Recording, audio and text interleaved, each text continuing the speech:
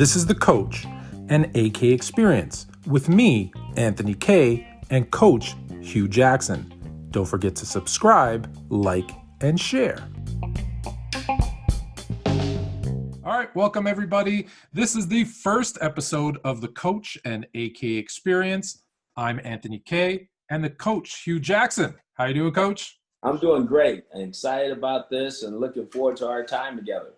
Yeah, me too. And you know what? There's so much going on that I want to jump right in because we're going to talk some football. We're going to talk some finance. We're going to talk some social awareness. So hopefully we're going to teach some people about lots of different things. But let's start with football. So much going on so far. I thought I'd just maybe throw a couple of things at you and see what your thoughts are on it. So the first thing I want to start with, and this is the toughest one, is we've seen some coaching changes in the NFL, as we do every year. Already 3 coaches, a GM, and there's a few that are on the hot seat. When a team, I guess maybe walk me through 2 things. When a team makes a decision to move on from a coach, what is the thought process? Because rarely do you see the team just completely turn around and go on this great run. You know, they typically need time to adjust to the new coach, new system, new philosophy. Although there sometimes is an uptick right away, as we've seen kind of with the Giants, with a couple of teams this year like Houston and Atlanta. We've seen them play better. But what is ownership's thought process? And then for the players, how much actually changes in terms of, you know, the culture in the field? Well, I think you just said it, and I think you just nailed it. I think owners, whoever has the owner's ear, is probably talking about culture, probably talking about saving the players who have the most value, trying to get more out of them. Sometimes coaching changes ignite a fire under certain individuals, certain coaches. It could lead to good things, but you said it, more times than not, it doesn't. It really doesn't change much, but I think there's a lot of things that go into those decisions. I think sometimes some frustration goes into it. Just being very honest, I think people get angry because they thought they were getting one thing and they're getting another. And sometimes they're knee-jerk reactions too. So I think if you really evaluate them all, they all would be different. But at the end of the day, the results are the same. Somebody's going to take over a new opportunity, and there's going to be a new voice leading the group at some point in time. Because I got to think, right? Like I've been on teams, you've coached teams, you've played. There's certain, you know, the locker rooms, half of the team's going to like the coach and the other half is not going to like the coach. And I think that's kind of universal.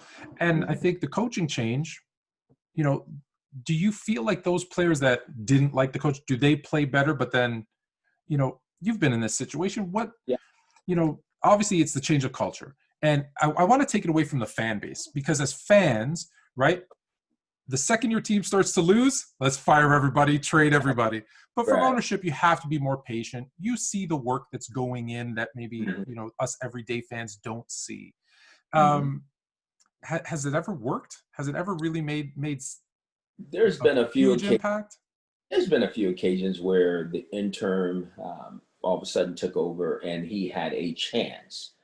Very seldom does he become the guy. But there's a few where, you know, maybe that was planned. You know, if the coach doesn't get off to a good start, boy, we're going to make a change here and move forward. And all of a sudden the team starts playing better, maybe because they just start gelling a little bit more, or they get to know each other better, whatever those things are. But it has pulled some teams closer together. Like I said, I don't think there's any direct strategy to this. I think it's a field thing. I think it's a field thing by ownership. I think it's a field thing by GMs. And you have to make sure you have a coach that's on your staff that can lead that too. Sometimes you make these decisions, you might not have a coach that can stand in front of the room and command the room. So you have to make the right. Is that a thing? Can you lose your locker room? Well, I think you can. Yes. If they don't trust you, you've lost them. The 2 things that I think in the National Football League that would make a coach lose the locker room is losing and trust. Because at the end of the day, they're there to win. You don't win, it's hard to be a leader and stand in front of everybody and say, keep going, keep going, keep going. Yeah. And winning helps cure all that ails, right? You losing is hard, but it's also hard to say if they feel like you've been dishonest. Yeah. So we're gonna switch gears, although we're still gonna talk about winning and losing. And I want to go specific on a team because the last time we spoke, we talked about Tom Brady going to the Bucs and how Coach Arians was really going to have to adapt, right? Because Tom Brady is the GOAT or arguably the best to ever do it. He commands a certain amount of respect, but they've been pretty inconsistent.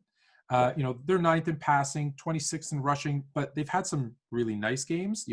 Some wins over, I think, the Packers, and they've turned some. After that big loss against the Saints, they turned it around again. The loss of the Bears, if I didn't mention, it's just been inconsistent. The games that I would have thought they would have won, they didn't, and the games that you thought would be tighter, they played really well. Is that just a new system? Now I know they've had some injuries too on offense. Combination of those things. I think it's a combination of all things, but I think first and foremost, you have to put Tom in a situation where he's comfortable. Yeah. And this isn't his offense. This is the Tampa Bay Bucs offense. And I think if they could start all over, if they had an off season, maybe they could have incorporated more things that are Tom Brady like than what is more Tampa Bay like. Because I think what people fail to understand, that's why I always say talent just doesn't fit everywhere. Right. Because you have to give those guys what they need to be successful. So if I'm going to bring in a Tom Brady, you can bet your bottom dollar it's going to be, what do you want to do on offense? Because I need you to be successful. It's not about the coach. It's not about the system. It's about the player. Right. So when I watch what they're doing, it's so different to me than what he's used to doing. I don't think it helps him that way. Now, do I think they're trying to adapt and do some concepts that he's used to? Yes. But was Tampa Bay going to be the Patriots offense? No doubt it wasn't going to be, but it has to be Tom Brady centric in order for him to show his value to the organization. Yeah, because it was one of the things that I noticed was, if I was playing a video game, I'm taking Tampa Bay. The talent, yes. And that's what a lot of people think is, you throw Godwin and Evans and Gronk and, Brate and, before you got hurt, obviously OJ Howard, there were just one thing after another. You just thought, oh, this offense is going to score a ton of points, but it's unfortunately not that easy. Right. Right. And when they're playing good teams, that's when it's showing itself. And it's been more of a protection issue and a route concept issue than anything else. The teams that can rush the passer has really given Tampa Bay some issues this year. And, but I think if people really go check and look at the history of everything, boy, I'm telling you, the quarterback's been hit in Bruce Arians' system.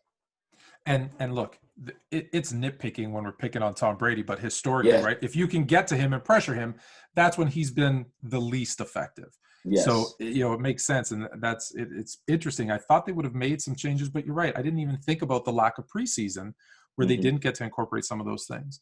All right. So now I want to move to some surprises, good and bad. So I feel like there's look, when I did my preseason, I did not have Miami being this good. Washington, and now even the Giants after that win against Seattle, there's been some surprise teams. There's also been some surprises the other way. The Ravens, Dallas, I think Dallas is more obviously the loss of Dak, but Zeke has looked really out of sorts without Dak. So when you look at kind of the scheme of things, what are some of the teams that you kind of surprised you, and why do you think they were able to kind of put things together when we didn't think, us experts didn't think they would? I think when you look at the NFC East, that's where the biggest surprises has been. When you think of how the teams have not played very well, what the records are with those teams in that division, everybody understands that there's been a struggle, but when you watch and see what Washington is doing all of a sudden with Alex Smith, a veteran quarterback who's been through the wars, who probably needs to earn the Comeback Player of the Year award for him walking back out there and playing as well as he's played, he's put them in position to maybe possibly win that division. And then you look where the Giants started. You just said it a second ago. They were struggling, but they're a physical, well-coached, tough team, and you can see it. So it's amazing to me. Now, by no surprise, Washington, right? Defense, Miami, defense. Because when you look at, the quarterback situation in Miami, in Washington as well, but in Miami, they kind of flipped between Tua and Fitzpatrick. In Washington, I don't know about you, but that first hit that Alex Smith took, I was holding my breath, I think, with everybody else. It was so great to see him on the field. but it's, you're not seeing a big time rusher. You're not seeing big time stats, but they're just finding ways with enough offense and some solid defense to win. That still can win in the NFL, right? It can. The fundamental football teams that are physical, that know how to continue to grow in the physical aspect of the game, those are the teams, I should say, that start to come on and win this time of year. So that's what you're seeing. And I think everybody's a little surprised. I'm not, because that's football. Yeah. That's really good football this time of year. So on the downside, and I want to talk more about the Ravens because Lamar Jackson was the MVP last year. We expecting big things from him. And the entire Ravens offense has looked a little like, have teams just kind of figured out what they were doing? Have they figured him out? He was so dynamic last year and no one could stop him. And now all of a sudden he looks human again. Right. I think what you're saying is, I think in my mind, the Ravens miscalculated. And what I mean by that, he was so dynamic a year ago. He put so much pressure on teams because I don't think teams truly understood, I should say, exactly what Baltimore was going to do. Mm-hmm. So everybody had to play single high against them, because this guy was running so well. And so now the throws were easier. You can make those throws. Now all of a sudden everybody's mixed the coverages in passing situations, and it's been a different game for him. He doesn't look the same. And I don't think they've grown at the receiver position. So he doesn't have a lot of help there. Then you couple that with everybody starts to understand the offense is really only probably 5 or 6 concepts that they run. Now teams are able to defense that a little bit more. It always seems to be the case, right? As quickly as offenses take advantage, that's how quickly defenses can adapt. And it's ever changing. You're always having to switch things up and throwing in some wrinkles, which if you don't keep up, I guess this is what happens. And it is. If you don't, it's like, who moved my cheese? You got to trying to find the next good thing, because defenses are too good and defensive players are too good, that if you just try the same old tried and true, that gets figured out in the National Football League. Anything you're looking forward to see as we kind of come to the tail end of the season that, you're really either excited to see about or we should watch for? Oh yeah, there's a few things. The race, as I just mentioned, in the NFC East, watching Pittsburgh lose and watching the ascend of the Cleveland Browns. Can they catch them at the end? Can Kansas City stay and become a repeat team because of the quarterback and the system? People would say they haven't played as well this year. They're 11-1.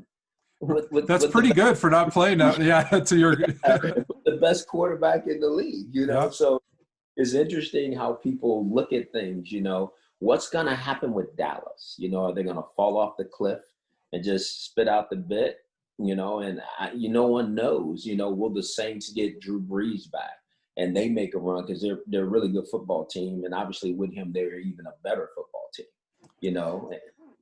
It wasn't something we were going to talk about, but because you brought up New Orleans and Drew Brees, and it made me think the ribs. That many broken ribs, I think, is going to be tough, right, to come back from. Are you surprised that it's been Taysom Hill and not Jameis Winston at all for the Saints? I'm not surprised. I'm surprised that it hasn't been any Jameis Winston. That surprised me for this reason. You paid Tyson Hill as the backup quarterback. Yeah. And so you need to know what you have in him, because the future is right around the corner for him. Whether this is the last year for Drew Brees or next year is the last year, you better know what you have in the organization. Now, that being said, that's also why you brought Jameis Winston in. He is a pure pocket passer. And so, to me, he allows you to play more your style of offense than Tyson Hill does, because he's a runner. He's a runner. He's a threat. But obviously, he's thrown the ball extremely well this past game. The game before he struggled, Right. So somewhere in between there, that's who this guy is. But where does he fall in the other 32 quarterbacks in the National Football League? Is he 18th, 19th, 20th? Where does he fall? And is that enough for your team to win with? That's the question that they have to get answered. Yeah, and I'm with you, because I figured they were going to play Hill. They've been rushing, I think, 61% of the time, which I don't think is a surprise the way he plays. He's a phenomenal just athlete, right? You literally can line him up anywhere, offense, defense, special teams. But I thought, right, to their offense, Winston, I know he threw a lot of picks last year, but he also threw a lot of touchdowns. And to the earlier point, he was also getting hit a lot, which probably played a role in some of those interceptions, right? Anthony, you said it. I get so disappointed in the narrative for Jameis because that's the only time he's ever played that bad. Yeah. He's never thrown 30-something interceptions with all these other touchdowns and over 5,000 yards. So now all of a sudden people see him as he can't play. But prior to that, he was considered one of the young up-and-coming quarterbacks. And that's why it's so amazing when you put these guys into systems with coaches, can they really get the best out of him? And so people say, well, he threw for 5,000 yards, but he threw all these interceptions, so we just cut the interceptions down, we're going to be fine. Well, I don't know that he wouldn't have done what Tom is doing now. Yeah, I don't know that. Listen, So hindsight's 2020. yes, But I'll tell you, my hand was up screaming for my Bears to sign Winston because I said he can throw the ball. Okay, he had Peyton Manning threw for a lot of interceptions too. One year, right? It happens. And then the other one, if it wasn't there, I was actually really surprised he didn't go to the Patriots because this is no knock on Cam, but I thought that was a good fit with Belichick kind of coaching Winston. I thought that would have been interesting to see. It would have been very interesting because I said it. I mean, the one thing we know that Jameis can do is throw the football. Yeah. If you can get him not to turn it over as much, then everybody gets excited. But that is, that's the young tiger in him that somebody has to just kind of pull down a little bit. But also, you said it, he's getting hit a lot in Tampa. He's getting hit. And listen, as a Bears fan, I saw a lot of another quarterback who used to throw the ball a lot and throw a lot of interceptions. One Brett Favre, he seemed to have a pretty good career, although he threw some bad interceptions. So that's why maybe I don't hold it against him as much as maybe I should. Sure. So with that, we're going to shift gears a little bit. Okay. So I've dubbed this Jackson Financial. Hope you don't mind. But you're obviously very into kind of the financial aspect of the world. It's important for everyone. I don't know if you give advice to players, but I know there's a lot of players that could probably use some advice. And for the first episode, I thought it'd be a good idea if you could share for those that haven't gotten into investing or, been scared to jump into that world. What are some of the tips that you would give people to start? Like, how do you get started and what do they need to know? I think first of all, everybody needs to educate themselves. I think education is first and foremost, and I think that's what we don't do enough of when it comes to finances. I think everybody's got to understand the 8 streams of income. Everybody, for the most part, understands earned income. This is your check for working. This is what I get. I think everybody understands that. But does people understand profit income? This income from buying and selling things, and then interest income. And I bet you people would say, oh, I understand what interest income is because I leave my money in the bank, I get a little interest, and it does. Interest comes from lending money. You put your money in, they give you a little interest on your money. Royalty income, okay? Really understanding income from things using your idea, that just keeps coming back to you. Dividend income. When people think of dividend income, it's kind of from owning stocks. And I think people understand that. Rental income, we all understand because most people, pay rent to a particular homeowner. So rental income, just understanding all these streams are so important. Capital gains income, okay? And people, assets that are increasing in value, okay? And then residual income, which we all hope to have, which when you're sleeping, you're making money because you put yourself in a situation where this money is going to be reoccurring all the time. And you have to figure out where to play at in these particular streams of income. That's going to help you better yourself. And I think if people would first start there and try to understand the 8 streams of income, and then ask yourself, how many streams of income am I playing in? Some people might be just one. It might just be the earned income because they don't understand the others. Right. Okay. Yeah, I like the residual one. I like that one. I like. I can sleep and make money. I'm in on that. We need to talk more about that one. Yeah, and I think it's so important that people understand you're not really making money if your money is not making babies. And Right. I say that, Nice. what that means, your money, if you just put it in the bank and think it's going to grow, it's not growing. It's going to be coming out. You're going to be spending it the way it goes. You need to invest your money wisely. And I would tell anybody, make sure you talk to somebody who has good experience in investing, and you need to invest your money wisely because your money needs to bring you back a residual. And if you can do that over time, then you can take the residual and stack it and make more. Or you take your principal and you make more. But people have to understand how to do that. And I think Right. that's what's important. So, one thing that I know I do that I will share with everybody, I'm an investor in Bitcoin. I've gotten into the Bitcoin space with the Voyager app because it pays you interest on the coins. Mm-hmm. So USDC in Voyager is just like having somewhat of a bank account. Now, no, they don't. When they say they give you 8.5%, it's not 8.5% USDA. It's 8.5. It's 8.5% on the coin. Right. But it's much more than what you would get at the bank. Right. It's not even close. So at the bank, I mean, it's not even. I think it's 0.11% right now. Yeah, I think I got 7 cents last year. Yes. I did well. So it's amazing. And I think that's what people got to understand. And I think people get afraid to play in some of these other spaces because they don't understand it. I was that way too. It took me till I was 50 years old to understand my money just sitting in the bank wasn't making any money. So then I thought I was going to get really aggressive and went and got a money market account to get just a little bit more interest. And now those interest rates are so low. So where do you go to have your money grow? And I think that's what everybody's got to start to understand. Now, as we do this every week, we're going to dive deeper into some of these. But Mm-hmm. of the 8 streams, if you had to pick one that you feel is either people have the least knowledge on or is maybe the least utilized, if you had to pick one, which is the one you think is the one you not a lot of people know about or know enough about? The one I think people don't know enough about is the capital gains income. And I say that because it's your assets increasing in value. And so people normally have an asset and if they feel like it's up a little bit, they sell it right away instead of holding on to it, understanding the capital gains that come with it. Because they say, well, here I got a chance to make $25,000 to $30,000 here, but a year from now you might have a chance to make $125,000. Right. And so it's just understanding the capital gains and what potentially those could be is so important for investors to know. Okay.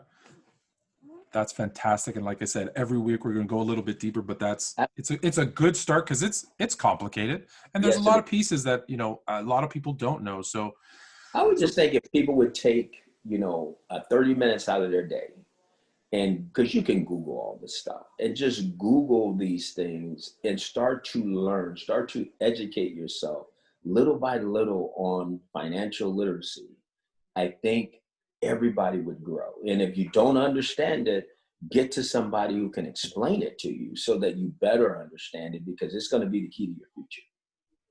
Yeah, and you're right. There's a lot of resources out there. Mm-hmm. The tough part is weeding through some of those things, seeing which one you can trust and you can't. But you're right. You can find someone that can help you. Would you recommend for those kind of just starting out, they have some, there's some apps and those types of things that'll help you invest on your own? Do you think that's a good strategy to start with? Or is it better to get some help with a professional first, learn a little bit before you kind of dive into it by yourself? Learn a little bit before you dive into it because the app will take all the learning out. Right. Once you start to do that, it's like anything, we start counting on that app to give us the answer as opposed to truly understanding the answer. I would think everybody wants to take a deep dive first themselves and then jump into the app space. Yeah. Okay. Well, it's been the same thing with the calculator. I used to be able to do math without it, and now I cannot. So now I won't do it without it. All right. So now we're going to shift to the last part. So we're going to take it home here, and this is something that every week, like I said, I think it's really important. I don't think there's anything more important, really. Even we talk about football and we talk about finance, and those things, of course, are important. But I think what excited me most about us doing this every week was the social awareness part. Mm-hmm. And I wanted to tie it into the football piece as well. And I wanted to go back to, I'm going to call it the beginning. It's not really the beginning, but the beginning of, I guess, when we started to see some of the NFL's eyes started opening. And this wasn't the first time that Cap took a knee, Colin Kaepernick, for those of you that don't know. It wasn't the first time he took a knee during the anthem, but once it first got publicized, he'd Right. already done it a couple of times. What was kind of the reaction of players and coaches? We've seen what's happened since, but what was it in those days? What were you hearing? And take us through, because what happened was he did it for a very good reason and a great cause, and then they changed the narrative, right? And take me kind of through what you were seeing and hearing then. What I was seeing and hearing then about the Colin Kaepernick situation was, here was a young man, and I don't think the football side, I'm talking about coaches, executives, owners, understood what he was really trying to do. I Right. think the players did because they were having meetings over the phone that I don't think a lot of people knew they were having. And he was Okay. really trying to get them to understand why he was doing what he was doing, which I thought was outstanding, because if it wasn't, a lot of players wouldn't have taken a knee with him. Right. They took the knee because obviously he was standing for police brutality that was against, unarmed Black people, and he wanted to point it out.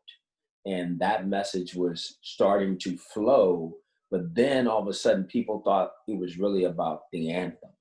Right. It, it, it, The it, it flag and the troops, yeah, right? They yeah, changed that narrative on him. absolutely. And listen, I maybe I'm a pessimist here, but I think they did it deliberately to make him to be the villain, because that's not what he was doing it for. But it shows you how strong the media is, Yeah. because they flipped it to that, and it made him look very bad. Okay. And he still stood for what he stood for. People didn't really understand what Colin Kaepernick was saying until George Floyd and Breonna Taylor and Right. Ahmaud Arbery. That all of a sudden started opening everybody's eyes. And then you seen what happened then. Then the National Football League's narrative changed. Right. So it's a shame that those things have to happen, but I hate to say it, in order for some time for there to be change, someone has to jump on the grenade Right.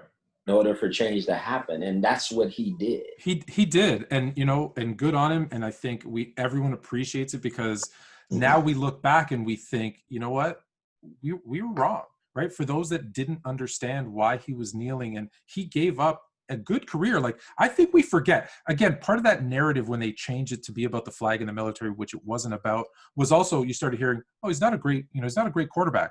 Well, hold on. He led his team to the Super Bowl. He was pretty good before he took a knee. So You I don't just know how said, much he may have changed now. It's been, years since he's played. And I think that's part of the reason I wanted to kind of start there, because I didn't know, like, as you mentioned, about the conversations that players were having.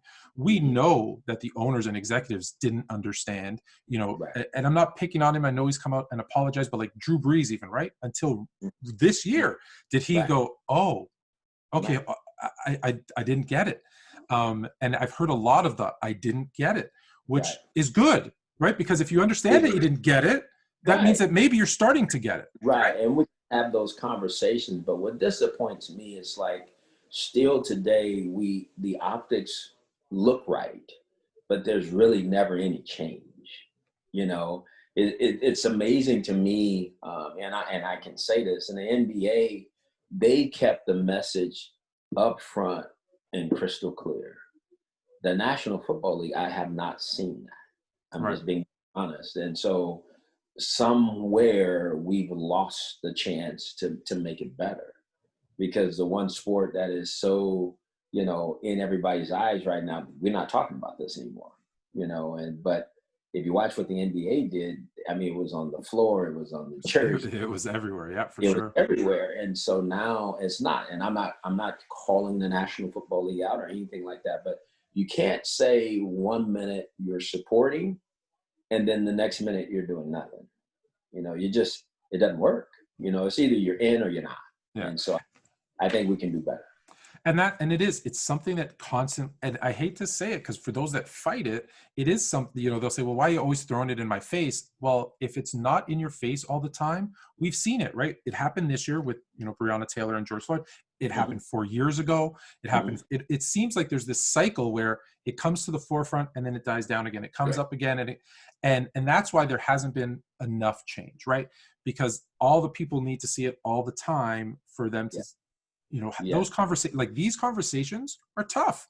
You're right. There are. I'm having this conversation with you and I agree with you. I'm a little uncomfortable, right? I'm like, I'm a white guy saying this, but it's important that it's in the forefront all the time, or else it's not going to change, right? I can tell you, it's like anything else.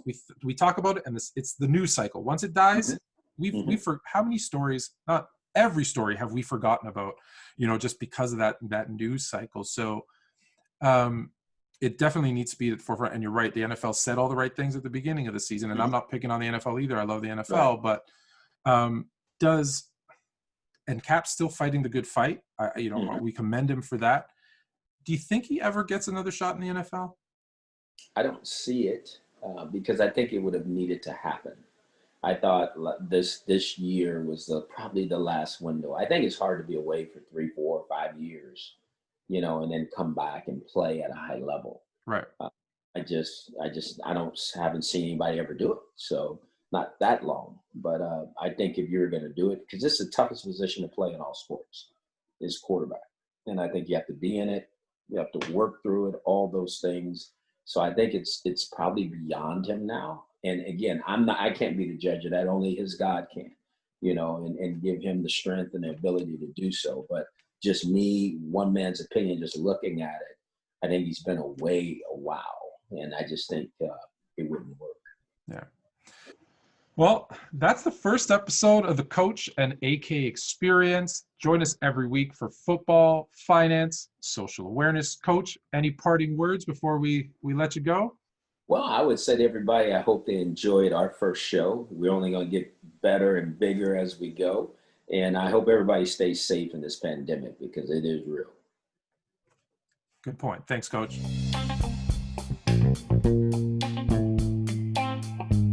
This has been The Coach and AK Experience, part of the Sports Fluent Network.